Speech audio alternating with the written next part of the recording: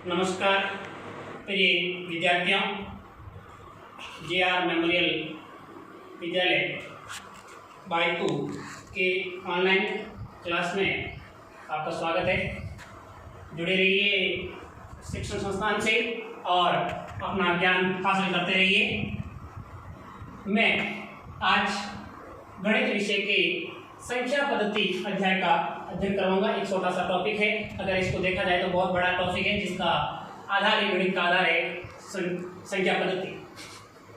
Note कीजिए, संख्या पद्धति।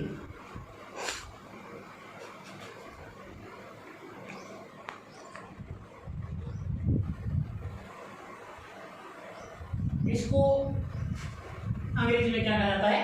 Number system. संख्या पद्धति। संख्या पद्धति की अपन एक सामान्यतः परिभाषा बोलते हैं या कहते हैं कि या कह सकते हैं कि संख्याओं का क्रमबद्ध या व्यवस्थित करने के नियम वो क्या कहलाता है? संख्या पद्धति। क्या कहलाता है? संख्या पद्धति। जैसे कि अब आपको बोला जाए क्रमागत संख्या लिखिए, तो जैसे आपने लिख दिया 1 2 3 4 5, ये क्या है? एक क्रमागत संख्या है। इनका एक क्रमबद्ध एक सिस्टम है, जो सिस्टम के अनुसार, जैसे आपको बोल दिया क्रमागत सम संख्या लिखिए, तो आप लिखोगे 2 4 6 8। इनका भी एक क्रम है, इनका भी एक क्रम है। तो ये क्या है? ये सिस्टम अलग अलग है। ये क्या है? एक लगातार संख्या है क्रमागत, और ये लगातार सम संख्या है। तो क्या एक सभी का क्या है? एक सिस्टम है, सिस्टम के अनुसार संख्या चलती है। तो ये क्या कहलाएगा? संख्या पद्धति। समझ में आ गया आपको? तो संख्या पद्धति के कितने भाग है और कितने भागों में अपन बांट सकते हैं, उनके बारे में अपन अध्ययन करेंगे। आगे बढ़ते हैं। संख्या पद्धति। तो मैं संख्या पद्धति में संख्या रेखा के आधार पर, किसके आधार पर? संख्या रेखा के आधार पर उसको 3 भागों में बांट सकते हैं। कितने भागों में? 3 भागों में। तो पहले मैं एक संख्या रेखा बनाता हूं। जैसे ये रेखा है, इसमें 0 1 2 3 4 5 6 7, -1 -2 -3 -4 -5 -6 -7। ये क्या है? एक संख्या रेखा। अब मेरे संख्या रेखा बनाने का तात्पर्य कि जो अपन तीनों भागों को पढ़ेंगे, जैसे प्राकृत संख्या, पूर्ण संख्या और पूर्णांक, इन तीनों की परिभाषा इस संख्या रेखा में ही समाहित है, जिससे अपन आसानी से समझ सकेंगे। आपके लिए एक परिभाषा सरल बन जाएगी। तो अपन सबसे पहले लिखेंगे प्राकृत संख्या। प्राकृत संख्या क्या होती है और प्राकृत संख्या की क्या परिभाषा दे सकते हैं? तो अपन ये कह सकते हैं सामान्यतः भाषा में प्राकृत संख्या वे संख्या या वे जिनका उपयोग किसी वस्तु को गिनने में किया जाता है, वस्तु को गिनने में उसका उपयोग किया जाता है। तो जैसे कि ये एक मार्कर है, ये 2 मार्कर है। जैसे व्यक्तियों की संख्या गिनती करनी है, तो ये एक व्यक्ति है। जैसे विद्यार्थियों की, जैसे आप बैठे हैं, तो 1 विद्यार्थी है, 2 विद्यार्थी है, 3 विद्यार्थी है। लेकिन पाठ्यक्रम के अनुसार संख्या रेखा के आधार पर इसकी परिभाषा लिखेंगे अपन वे संख्याएं जो 1 से प्रारंभ होकर, किससे? 1 से शुरू होकर इधर धनात्मक की ओर अनंत बढ़ने वाली संख्याओं को क्या कह सकते हैं? प्राकृत संख्या। तो अपन इसकी परिभाषा लिख सकते हैं वे संख्याएं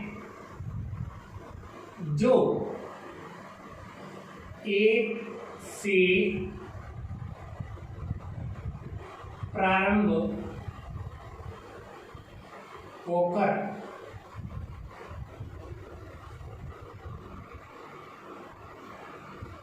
अनंत तक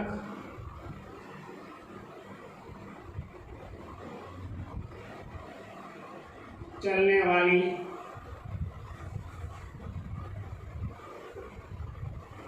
संख्याएं क्या कहलाती है? प्राकृत संख्या। क्या कहलाती है? प्राकृत संख्या। प्राकृत संख्या कहलाती है। इनका कर्म जैसे संख्या रे में दे रखा है, लेकिन मैं दोबारा समझा देता हूँ। कर्म जैसे इनका कर्म है 1 2 3 4 5 6, इस प्रकार अपन आगे बढ़ते जाएंगे। अनंत, ये जो दे रखा है ना, ये अनंत का सिंबल है। किसका? अनंत का। इसके बाद अपन नेक्स्ट पढ़ेंगे इसके बारे में, पूर्ण संख्या के बारे में। किसके बारे में? पूर्ण संख्या। प्राकृत संख्या तथा पूर्ण संख्या में ज्यादा अंतर नहीं है, परिभाषा में ज्यादा अंतर नहीं है। आप समझने की कोशिश कीजिए। प्राकृत संख्या और पूर्ण संख्या में केवल किसका अंतर है? शून्य। जो प्राकृत संख्या होती है वो किससे प्रारंभ होती है? 1 से प्रारंभ होती है और अनंत तक आगे चली जाती है या बढ़ती रहती है। लेकिन पूर्ण संख्या 0 से शुरू होती है। किससे शुरू होती है? 0 से। तो इसकी परिभाषा आप ये दे सकते हैं, वे संख्याएं जो 0 से प्रारंभ होकर अनंत तक चलने वाली संख्या क्या कहलाती है? पूर्ण संख्या। वे संख्याएं जो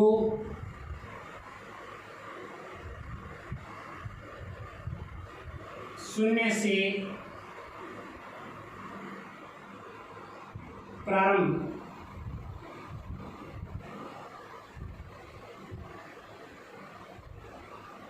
होकर अनंत तक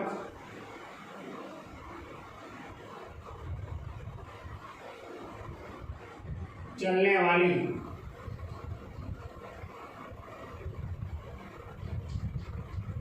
संख्याएं पूर्ण संख्याएं या पूर्ण संख्या कहलाती। क्या कहलाती है? पूर्ण संख्या। जब अंतर क्या है? ओनली शून्य का। तो अपन ये भी नोट कर सकते हैं कि प्राकृत संख्या के साथ में अगर शून्य जोड़ दिया जाए तो वो क्या कहलाएगी? पूर्ण संख्या। तो आप इसको नोट कीजिए। प्राकृत संख्या के साथ, प्राकृत संख्या के साथ में क्या शामिल कर दिया जाए या जोड़ दिया जाए? शून्य। क्या जोड़ दिया जाए? शून्य। प्राकृत संख्या के साथ में शून्य शामिल करने पर पूर्ण संख्या बन जाती है या कहलाती है। ठीक है, इसका अंतर इन दोनों में केवल और केवल शून्य का अंतर है। ठीक है, समझ आई बात?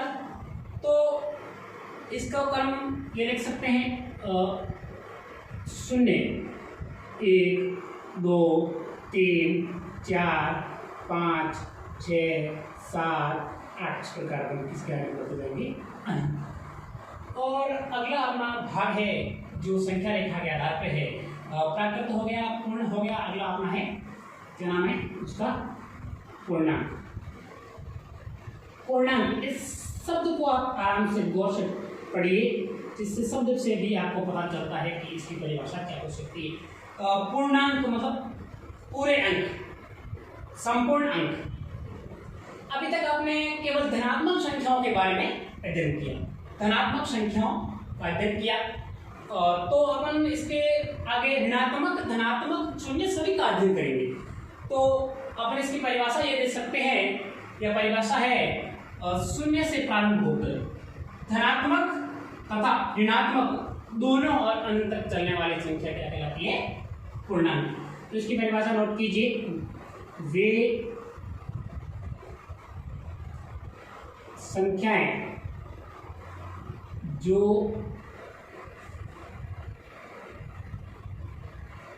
0 से प्रारंभ होकर धनात्मक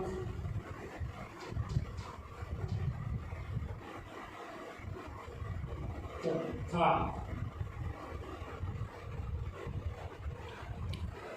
ऋणात्मक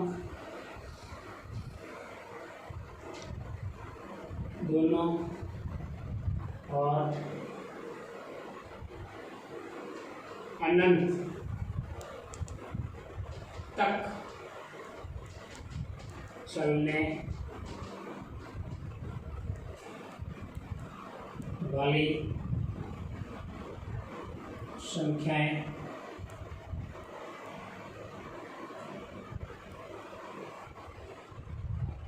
पूर्णांक कहलाती। क्या कहलाती है?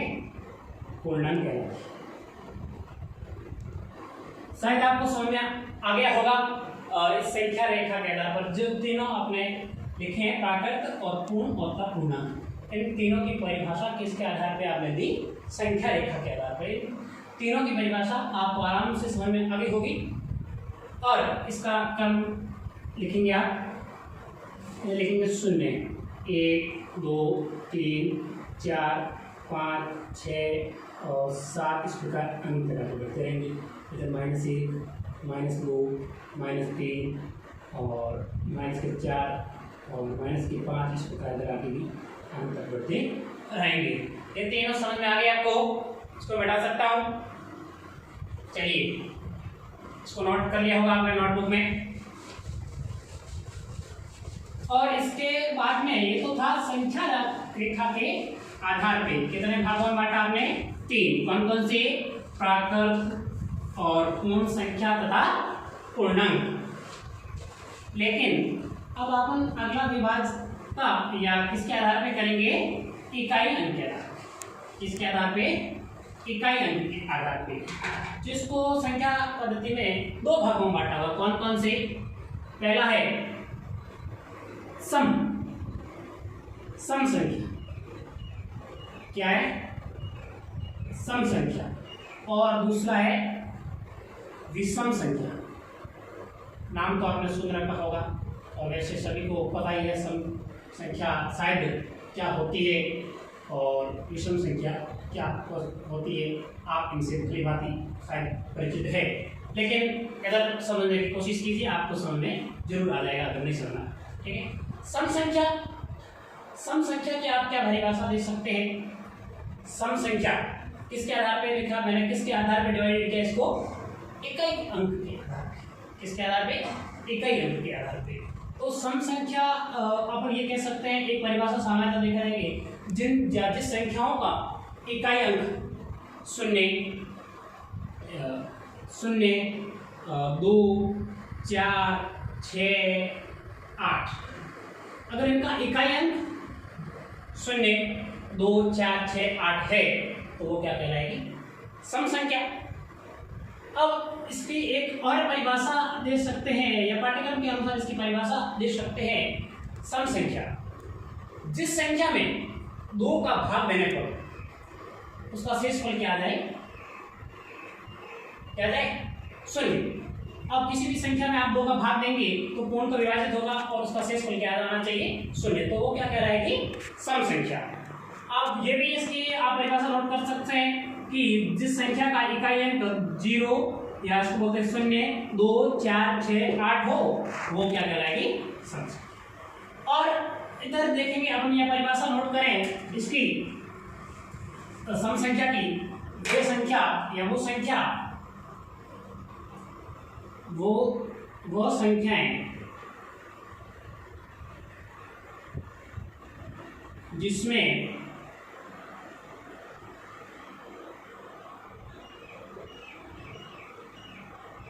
दो का भाग देने पर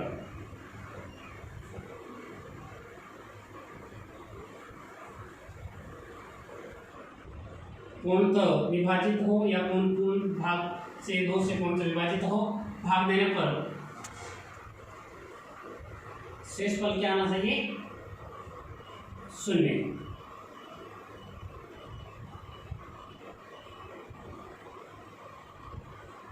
क्या प्राप्त हो?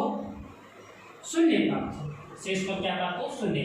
और वो अगर आपको अच्छी लगी या इसकी अथवा में कह सकते हैं, अथवा दूसरी परिभाषा दे सकते हैं वे संख्या या वो संख्या या वो संख्याएं जिनका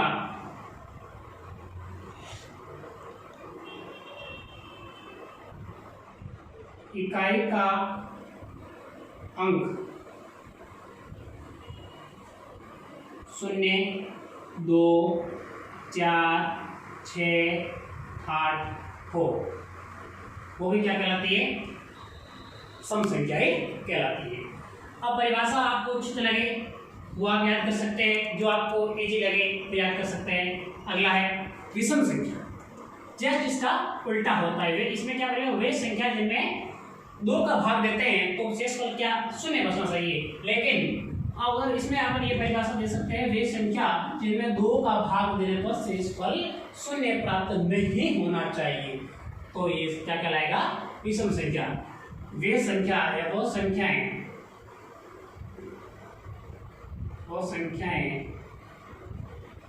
जिसमें या जिनमें 2 का भाग देने पर शेषफल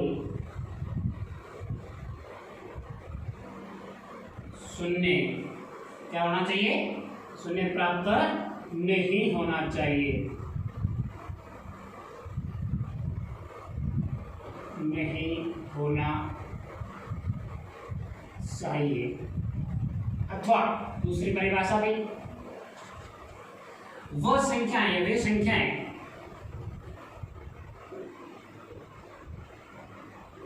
जिनका इकाई का अंक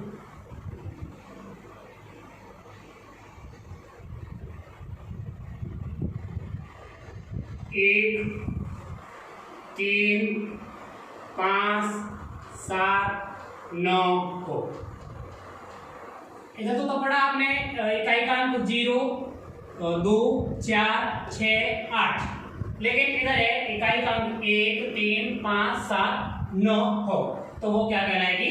विषम संख्या। दोनों में डिफरेंस समझ में आ गया और आप आराम से समझ गए होंगे। इसमें वे संख्याएं या वो संख्याएं जिसमें 2 का भाग देने पर क्या बचता हो? शेषफल 0 बचता हो, वो तो कहलाएगी सम संख्या। और इधर 2 का भाग देने पर शेषफल 0 प्राप्त नहीं होना चाहिए। बाकी कुछ भी हो सकता है, 1, 2, 3, 4, 5, 6 जो भी संख्या शेषफल प्राप्त हो सकता है, लेकिन 0 प्राप्त नहीं होना चाहिए। और वे संख्याएं जिनका इकाई का अंक 1, 3, 5, 7, 9 हो। समझ आ गया ना? ठीक है। अब ये तो था किसके आधार पर? इकाई के अंक के आधार पर। और अपन आगे बढ़ेंगे, भाज्य और अभाज्य संख्याओं के बारे में पढ़ेंगे। किसके बारे में? भाज्य और अभाज्य। पहला है भाज्य संख्या, इधर है अभाज्य संख्या। ये किसके आधार पर हम बांट सकते हैं? इसको देखा जाए तो विभाजकता, इसके आधार पे विभाजकता के आधार पर। पहला आपने बड़ा संख्या इकाई के आधार पर और दूसरा बड़ा इकाई अंक के आधार पर, ये अपन उसको बोल सकते हैं विभाजकता के आधार पर। अब रही बात, ये भाज्य संख्या किसे कहते हैं? भाज्य संख्या की परिभाषाएं बहुत सारी हैं, तो अपन पढ़ेंगे कि वे संख्या या वे संख्याएं जिनका स्वयं तथा किसी एक संख्या और जैसे खुद, जैसे कि 7 है तो 7 में स्वयं का भाग जाता है, 7 एकम 7 का भाग जाता है, लेकिन 1 का भी जाता है। स्वयं का भाग जाता है, इसमें 7 का भाग 7 में जाता है और 1 का भी जाता है, लेकिन ये किस में आता है? कौन सी श्रेणी में? ये एक अभाज्य श्रेणी में। स्वयं 1 के अलावा किसी संख्या का भाग जाता हो, स्वयं का और 1 का, इनके अलावा किसी भी एक संख्या का उसमें पूरा भाग जाता हो, तो वो क्या कहलाएगी? भाज्य संख्या। क्या कहलाएगी? भाज्य संख्या। और अभाज्य संख्या जिसका या जिनमें जिस संख्या में 1 तथा स्वयं के अलावा किसी संख्या का भाग नहीं जाता, पूर्णतः विभाजित नहीं हो वो क्या कहलाएगी, अभाज्य संख्या। आगे बात है, लेकिन मैं आपको एक दूसरी परिभाषा दूं जिससे आपको भी आसानी से समझ पाएंगे आप। वो परिभाषा है मेरी वे संख्या, वो संख्या जिनके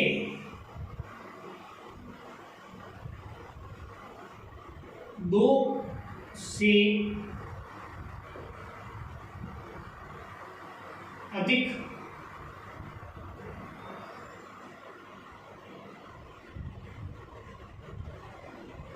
गुणनखंड हो वो क्या कहलाती है, भाज्य संख्या। अब गुणनखंड तो आप जानते ही होंगे, आपने पढ़ा होगा छोटी क्लासों में, चतुर्थ में पढ़ा होगा, पंचम में पढ़ा होगा, गुणनखंड है गुणज। तो उसमें गुणनखंड के टुकड़े खंड दो से अधिक होने चाहिए। कितने? दो से अधिक। लेकिन भाज्य संख्या, अभाज्य संख्या में क्या होता है, वह संख्याएं या वे संख्याएं जिसमें या जिनमें या जिनके केवल दो ही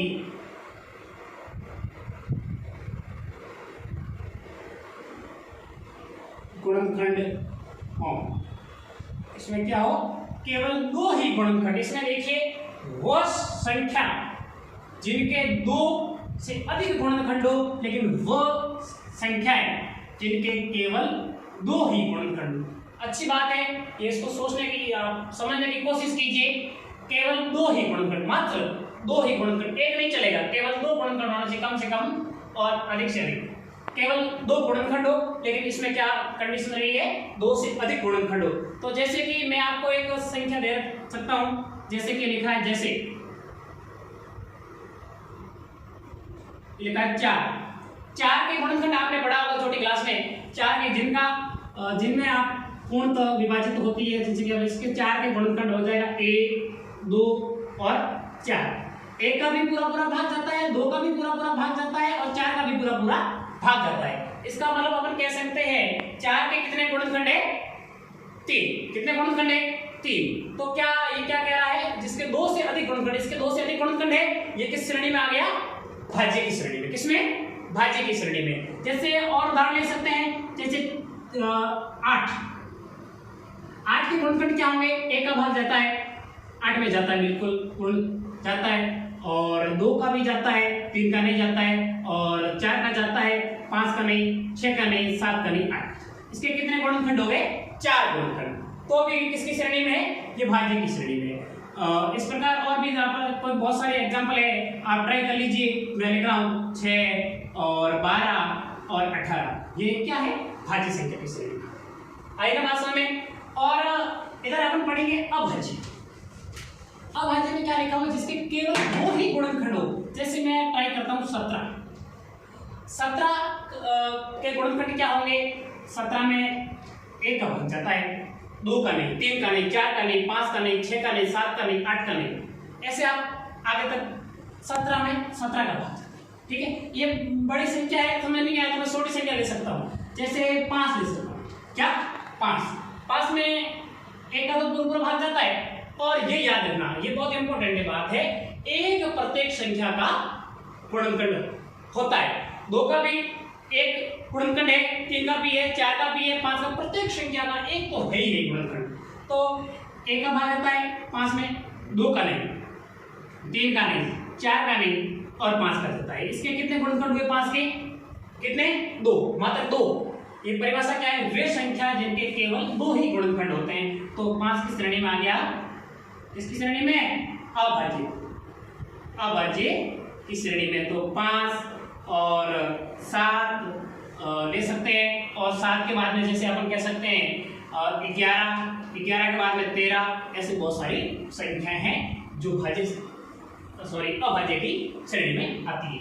अब दोनों की परिभाषा, दोनों में फर्क, दोनों में अंतर समझ में आया गया होगा। वे संख्याएं जिनके केवल 2 ही गुणनखंड होते हैं वो तो अभाज्य, और जिनके 2 से अधिक होते हैं वो है भाज्य संख्या। आगे बात समझ। तो ये आपको समझ आ गया तो मैं मिटा सकता हूं क्या, ठीक है, मैं मिटा रहा हूं इनको। इसके बाद में अपन अध्ययन करेंगे परिमेय संख्या। क्या होती है? परिमेय संख्या। ये भी एक संख्या पद्धति का भाग है, परिमेय संख्या।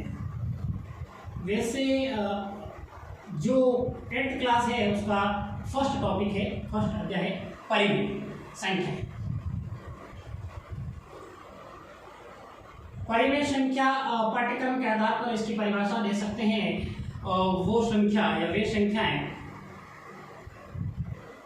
वो संख्याएं या वे संख्याएं कह सकते हैं, वे संख्याएं जिनको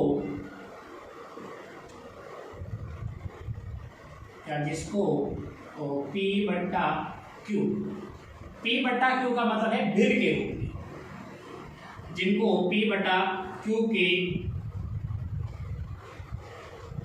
रूप में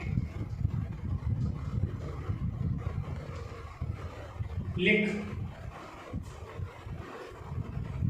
सकते हैं, P बट्टा Q के रूप में लिख सकते हैं, तथा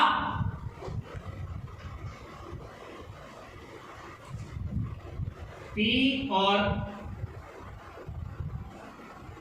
Q दोनों